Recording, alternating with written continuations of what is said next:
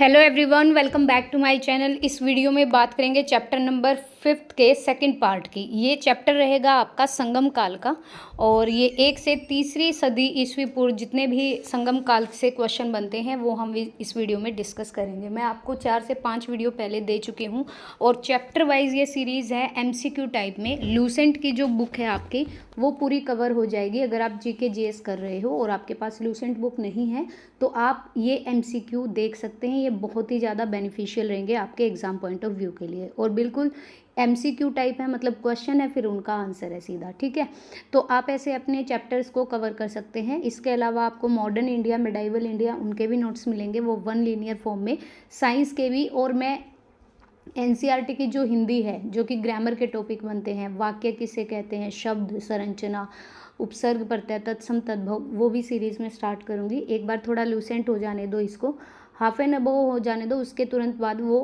आपके मतलब छोटी छोटी वीडियो आती रहेंगी। ये थोड़ी बड़ी वीडियो है। यहाँ से संगम काल के जितने भी क्वेश्चन बनेंगे वो हम इस वीडियो में डिस्कस करेंगे। So let's move to the question. लालचेर के नाम से प्रसिद्ध वह चेर शासक कौन है जिसने कणगी या पतिनी के मंदिर का निर्माण कराया था? क्वेश्चन थोड़े अटपटे हैं ऑब्वियसली, लेकिन देखो 2002 में भी ये क्वेश्चन आया हुआ है। मैं ये नहीं कहूँगी कि बहुत ज़्यादा इंपॉर्टेंट है, लेकिन जो हमारा दक्षिण भारत है या जो दक्षिण साम्राज्य रहा था उससे क्वेश्चन कहीं ना कहीं आ जाते हैं पेपर में, अगर पेपर को थोड़ा सा भी डिफ़िकल्ट बनाया। बाकी मॉडर्न और मेडाइवल इंडिया सब इजीली कर लेते हैं, वो कहीं ना कहीं हमने मल्टीपल टाइम पढ़ा होता है। तो देखिए, लालचेर के नाम से वह चेर शासक कौन है जिसने कनगी पतिनी के मंदिर का निर्माण कराया था? एलारा, कारिकाल, शेनुगुटवन या नेदुन जेरल आदन? तो ये है आपका शेनगुटवन। ठीक है, मुझे भी नहीं अच्छे लग रहे हैं क्वेश्चन, क्योंकि एक तो नाम ही ऐसे हैं कि याद ही नहीं रहेंगे। शेनगुटवन क्या होता है कि जो हमारी एनसीईआरटी है उसमें मेडाइवल और मॉडर्न इंडिया को बहुत एक्सपेंडेड फॉर्म में दिया है, और जो हमारा एंशियंट इंडिया है या जो भी हम साउथ इंडियन पार्ट बोलो हमारा देश का, उस चीज़ को बहुत ही कम डिस्क्राइब किया है। इसीलिए कहीं ना कहीं ये क्वेश्चन रह जाते हैं, क्योंकि वो चीज़ हमने पढ़ी हुई है अपनी बुक्स वगैरह में, और ये चीज़ कम मतलब माइनॉरिटी पर पढ़ी है। ठीक है, तो अभी एनसीईआरटी का सिलेबस भी चेंज होगा, जिस आप सभी को पता होगा कि मुगल एम्पायर को कम कर देंगे, और हमारा जो भारत का जो मतलब जितने भी वीर रहे हैं या जो शासक रहे हैं उनके बारे में एक्सपेंडेड फॉर्म में दिया जाएगा। सेकंड नंबर क्वेश्चन है, तमिल का गौरव ग्रंथ जीवक चिंतामणि किससे संबंधित है? जैन धर्म से, बौद्ध से, हिंदू से या ईसाई से? तो ये है हमारा तमिल का जो गौरव ग्रंथ है वो जैन धर्म से है। तमिल भाषा के शिल्प पादिकारम और मणि मेकलाई नामक गौरव ग्रंथ किससे संबंधित है? तमिल भाषा के ही हैं। ठीक है, ऊपर वाला जो था हमारा वो जैन धर्म से था, यहाँ पे देख सकते हैं। गौरव ग्रंथ जीवक चिंतामणि तो जैन धर्म से है, और जो हमारा शिल्प आदिकारम और मणि मेकली नामक ये जो गौरव ग्रंथ है ये हमारे बौद्ध धर्म से रिलेटेड है। तो ऑप्शन बी यहाँ पे करेक्ट रहेगा। निम्न में से कौन संगम युगीन व्याकरण रचना सर्वाधिक महत्वपूर्ण रचना मानी गई है? संगम काल की है ये रचना, और ये व्याकरण रचना है। तो ये रचना का नाम क्या है? एतुतो गोई, पादकिलक वेणकु या फिर तोल कापियम, या इनमें से कोई नहीं। तो तोल कापियम जो है ये हमारी सर्वाधिक व्याकरण रचना संगम युगीन मानी गई है, महत्वपूर्ण रचना। निम्न राजवंशों में किसका उल्लेख संगम साहित्य में नहीं हुआ है? देखो, चेर वंश का हुआ है, चोल वंश का हुआ है, पांडव का हुआ है, पांड्या का हुआ है, लेकिन कदम्ब राजवंश का संगम साहित्य में उल्लेख नहीं हुआ है। नेक्स्ट क्वेश्चन है, संगम युग में एरुयर किस लिए विख्यात था? एरुयर क्या था? देखो ये क्वेश्चन तो आता है भाई। मसालों के व्यापार का महत्वपूर्ण केंद्र, कपास के व्यापार का, विदेशी व्यापार का, या फिर आंतरिक व्यापार का? तो जो लोग कपास का व्यापार करते थे, आपने सिंधु सभ्यता अगर पढ़ी है, हड़प्पा संस्कृति, तो उसमें आपने पढ़ा होगा कि उन लोगों का प्रमुख व्यवसाय था कपास की खेती होती थी, और व्यापार भी उसी खेती का होता था। और संगम युग में उरैयूर किसके लिए प्रसिद्ध था? कपास के व्यापार का एक महत्वपूर्ण केंद्र था उरैयूर। Option B. तोल कणिपयम ग्रंथ किससे संबंधित है? तोल कपियम, अभी हम ऊपर भी पढ़ के आए हैं ये चीज़, ये व्याकरण और काव्य से संबंधित ग्रंथ है, और ये हमारा बौद्ध धर्म का ग्रंथ है। धार्मिक कविताओं का संकलन कुरल किस भाषा में है? धार्मिक कविताओं का एक कंपाइल किया गया है उनको, कुरल, ये किस भाषा में है? ये हमारा तमिल भाषा में है। संकलन का नाम क्या है? कुरल है, और भाषा कौन सी है? तमिल है। किस संगम युगीन राज्य के संरक्षण में 3 संगमों का आयोजन किया गया था? 3 संगम हुए थे इस राज्य में, संगमयुगीन राज्य में। और ये किसके उसमें हुआ था, किसके संरक्षण में, तो ये पांड्य के संरक्षण में इन 3 संगमों का आयोजन किया गया था। किसने उल्लेख किया है कि नंदों ने अपना कोष गंगा की धारा में छिपा रखा था, कि जो नंद थे उन्होंने अपना जितना भी राजकोष था वो गंगा की धारा में छिपा रखा था। ये किसने बोला है, ये बोला है मामूलनार ने।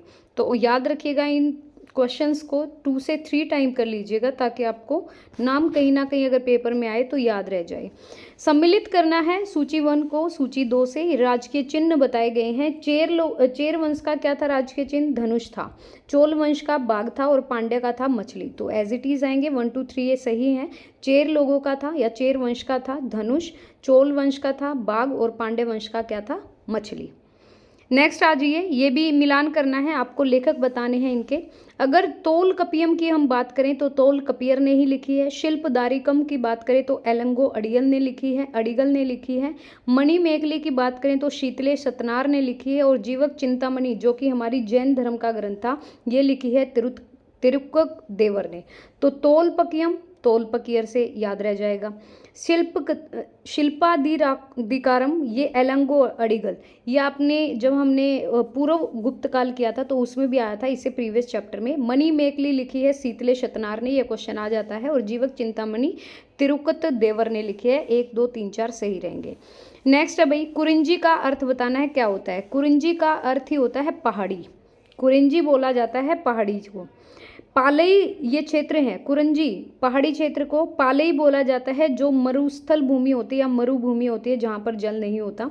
मुल्लाई बोला जाता है जंगल को। मरुदम बोला जाता है जो कृषि की भूमि होती है। और नेउल बोला जाता है तटीय प्रदेश को। याद रखिएगा, ये आ जाते हैं। दोबारा देख लेते हैं। कुरिंजी बोला जाता है पहाड़ी क्षेत्र को। पालई बोला जाता है मरुभूमि या निर्जन स्थल को। मुल्लाई बोला जाता है जंगल को। मरुदम बोला जाता है कृषि भूमि को। और नेउल बोलते हैं जो तटीय क्षेत्र होते हैं या तटीय प्रदेश होते हैं उनको। अब यहाँ पे देखिए सॉरी, यहाँ पे देखिए, देखो सुमेलित करना है हमें संगम को उनके अध्यक्ष के साथ। अभी हम पढ़ के भी आए हैं कि 3 संगम हुए थे। प्रथम संगम में अगस्त्य यहाँ के अध्यक्ष रहे, प्रथम जो संगम हुआ संगम युगीन काल में। द्वितीय संगम में हमारे अगस्त और अगस्त्य अलग अलग हैं। प्रथम में अगस्त्य, द्वितीय संगम में अगस्त या फिर तोल कापियर, जिसने तोल अभी हम पढ़ के आए थे वो कुछ बुक लिखी थी। तृतीय संगम में यहाँ पर नकीरर रहे हैं। 1 2 3 यहाँ पे करेक्ट रहेगा। प्रथम संगम अगस्त्य, द्वितीय संगम अगस्त या तोल कापियर और तृतीय संगम हमारे नकीरर रहे हैं। ये सही है बिल्कुल मिलान। यहाँ पे देखिए 1 2 3। कपाटपुरम या एलेवे में संपन्न द्वितीय संगम का एकमात्र शेष ग्रंथ कौन सा है। कपाटपुरम या एलेवे में संपन्न किया गया है इस द्वितीय संगम का एकमात्र शेष ग्रंथ रहा है तोलकापियम। ठीक है। किस ऋषि के बारे में ये कहा जाता है कि उन्होंने दक्षिण भारत का आर्यकरण किया और उन्हें आर्य बनाया। ये है हमारे अगस्त्य। इन ऋषि के बारे में ये कहा जाता है कि उन्होंने दक्षिण भारत का आर्यकरण किया था और उन्हें आर्य बनाया था। स्ट्रैबो के अनुसार संगम युग के किस वंश के शासक ने रोमन सम्राट ऑगस्टस के दरबार में 20वीं ईसा पूर्व के लगभग अपना एक दूत भेजा था। स्ट्रैबो बताते हैं ये कि संगम युग के ये पांड्य नरेश वंश के शासक थे। यहाँ पर रोमन सम्राट ऑगस्टस के दरबार में 20वीं ईसा पूर्व लगभग एक दूत भेजा गया और ये कौन थे, ये थे पांड्य नरेश। नेक्स्ट है तिरुवल्लुर की रचना कुरल या मुप्पाल को क्या कहा जाता है। तमिल भूमि की बाइबल बोला जाता है। इसको नाम क्या है, कुरल या मुप्पाल, जिसे तमिल भूमि की बाइबल बोला जाता है। तमिल काव्य का इलियड किसे कहा जाता है। तो जो तमिल काव्य का इलियड बोला जाएगा वो शिल्पदिकारम को बोला जाएगा। तमिल काव्य का ओडिसी किसे कहा जाता है, ये मणि मेखली को कहा जाता है। पुहर कावेरी पट्टनम की स्थापना किसने की थी। पुहर बोल लो या कावेरी पट्टनम बोल लो, इन दोनों की स्थापना की थी, एक ही है ये है कारिकल। ठीक है, तो किसने की थी स्थापना, कारिकल ने की थी। अब यहाँ पर सूची 1 को सूची 2 से मिलाना है। राज्य और उनके शासक कौन कौन से रहे थे। और ये कितने क्वेश्चन है हमारे, ये 30 ही क्वेश्चन। तो इस चैप्टर ये ज़्यादा बड़ा नहीं है, वैसे भी समझ में भी नहीं आएगा ये, तो 30 ही क्वेश्चन है। देखो जो चेर राज्य है उसके प्रख्यात शासक कौन रहे हैं, ये रहे हैं शेनुगुटवन, जो हमने फर्स्ट क्वेश्चन किया था। चोल राज्य के प्रख्यात शासक मतलब जो फेमस रहे ये हैं कारिकोल। और पांड्य के क्या हैं, ये हैं नेंडुजेलियन। 1 2 3, चेर के शेनुगुटवन, चोल के कारिकोल और पांड्य के नेंडुजेलियन। नेक्स्ट है मुजरिस किस राज्य का प्रमुख बंदरगाह था? मुजरिस चेर का, चोल का, पांड्य का या कदम का? तो मुजरिस जो था वो चेर राज्य का प्रमुख बंदरगाह था, फेमस बंदरगाह था। किसके संबंध में ये कहावत है? जितनी जमीन में एक हाथी लेट सकता है उतनी जमीन 7 आदमियों का पेट भर सकता है। ये बोला गया है कावेरी डेल्टा के बारे में। ध्यान रखिएगा, जितनी जमीन में एक हाथी लेटेगा उतनी ही जमीन 7 आदमियों का पेट भर सकती है। मतलब पता है क्या बोला है इसने, कि जितनी जमीन घेरेगा ना हाथी उतनी पर अगर कृषि करें तो घर में अगर 7 लोग हों तो उनका पेट भरा जा सकता है। कावेरी डेल्टा के बारे में। पिलनी के ग्रंथ एवं अज्ञातनामा लेखक के ग्रंथ पेरिपल्स के अनुसार मोती के सीप पांड्य देश के किस क्षेत्र से निकलते थे? मोती के सीप ये निकलते थे कोल्चे क्षेत्र से।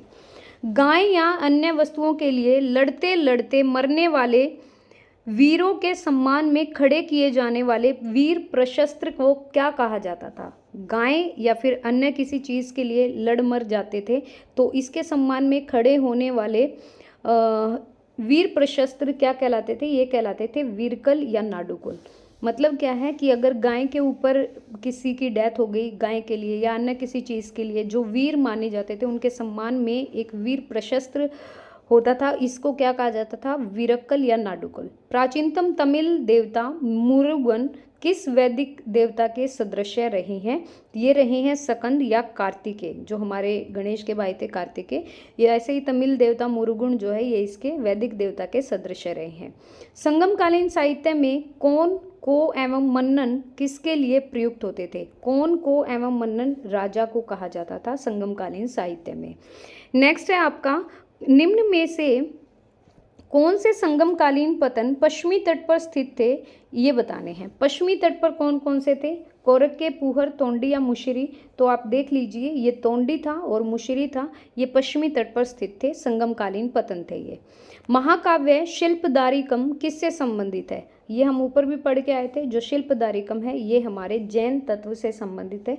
तो ये 30 क्वेश्चन थे इस चैप्टर में, ज़्यादा बड़ा चैप्टर नहीं है और वैसे भी थोड़ा अटपटा सा चैप्टर है, 2 से 3 बार कर लीजिए। बाकी ये जो हमारा यूपी पीसीएस होता है, सीडीएस होता है, बीपीएससी होता है, इन एग्ज़ाम्स में ज़्यादा पूछा गया। देखो आरएएस में पूछा गया है, उसके अलावा आगे अगर हम बात करें तो देखो जेपीएससी में पूछा गया है। तो अब जो है अब पेपर का लेवल बढ़ गया है। अब वैसा नहीं रहा कि भाई थोड़ा बहुत पढ़ लेंगे तो चल जाएगा काम। अभी आपको सारी चीज़ें पढ़नी पड़ेगी और फिर शुरू हो जाएगा गुप्ता डायनेस्टी, जो पढ़ते हुए बहुत मज़ा भी आएगा। ये चैप्टर हम कल करेंगे, आज नहीं करेंगे। आज के लिए सिर्फ संगम युगीन काल, और थोड़ा सा अजीब सा चैप्टर है और जितना आपको याद हो सके उतना कर लेना, ज़्यादा नाम याद रहेंगे भी नहीं।